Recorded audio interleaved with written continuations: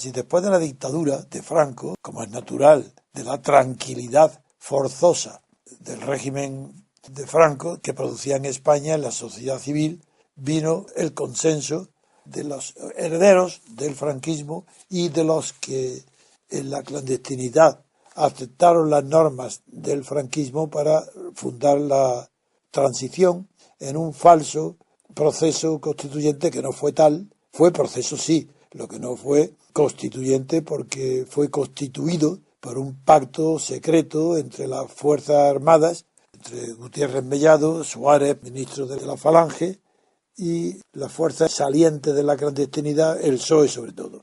Bien, el dominio de los herederos directos del franquismo, como fue primero Suárez y luego Fraga, que el PP es la herencia de Fraga, pues ha durado hasta ahora.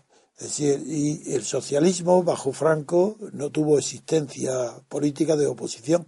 El socialismo bajo Franco, el que tenía vigor, aunque fuerza no, interno, era el socialismo de Toulouse, el exterior. Y en el interior se llamaba el partido pequeño de intelectuales de Tierno Galván, que se llamaba Partido Socialista del Interior. La evolución y el fracaso de Tierno, las elecciones primeras que se celebraron, determinó que las deudas contraídas no pudiera pagarlas, y el PSOE compró a Tierno y al partido pagándole todas sus deudas y ingresando Tierno, nombrándolo alcalde de Madrid. Bien, quiere decir que los dos partidos que hoy han perdido el juego oligárquico entre ellos, que el PP y el PSOE, eran directamente procedentes de la situación que se produjo en España cuando Felipe González en el Congreso de Suresnes y mediante un fraude de cuotas electorales, cuotas de militantes de partidos falsos e inventados y pagadas con el dinero alemán de la socialdemocracia alemana, pues dieron un vuelco en la oposición con el apoyo alemán descarado al Partido Socialista Obrero Español.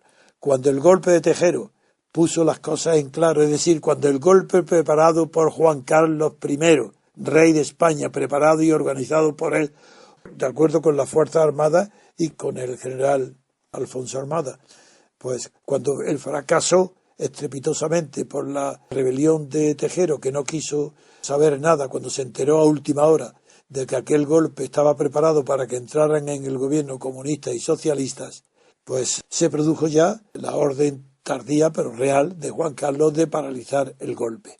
A partir de ahí todo lo que viene después es consecuencia directa del franquismo y de ese golpe.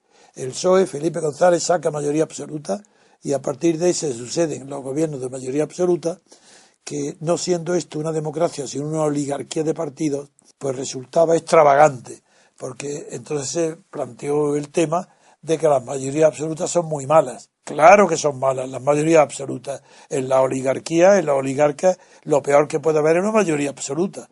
Pero en la democracia es que es inconcebible sin mayoría absoluta. Y hoy ese periodo largo de PP-PSOE, PP-PSOE ha terminado. Y ha terminado, la gente, como es natural, no tiene tiempo para pensar, pero recuerda lo que se parece. Y entonces lo que se parece a la Asociación Española es la italiana. Entonces todas las prensas dicen es como Italia. Hay una diferencia brutal.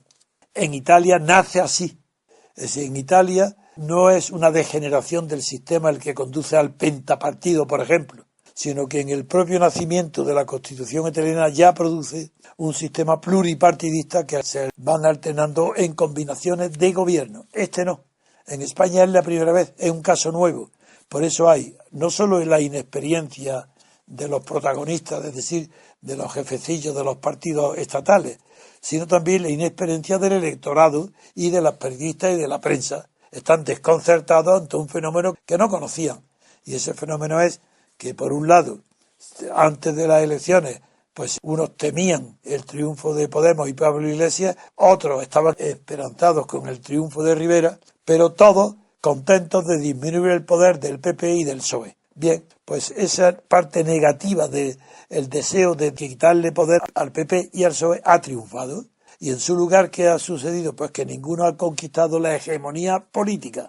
Ni siquiera hay hegemonía electoral, porque el PP es el más votado, pero no tiene hegemonía para formar gobierno, ni en alianza con otros. Y se da el contrasentido que el peor votado, el que peor ha perdido, el que más retraso electoral tiene con relación a los antecedentes es el PSOE. Y sin embargo es el PSOE el que aparece como el nuevo chulo de la pandilla de jugadores a esta carta del Estado. Y no solo se impone en la dureza con la que trató a Rajoy en la televisión, sino que ahora, contradiciéndose además, pone una cara muy firme pero dándole la mano. Si yo no comprendo cómo haya dos personas que puedan estrechar la mano durante un minuto o más a tu enemigo, cuando no pueden ni mirarle a la cara para que te hagan una fotografía. Bueno, pues no es que sea la servidumbre político, esa es una persona que no se estima a sí misma, no tiene orgullo, que no tenía ni que ir a visitarlo. ¿Pero para qué? ¿Para decirle que no va a formar gobierno? ¿Para darse el gusto de ofenderlo? Bien. ¿Y el otro qué hace? El otro, pues como siempre, aguantar todo lo que echen. Y no se fue de la televisión, ni ahora tampoco ha despedido los malos modales de este, tampoco lo ha echado de la Moncloa.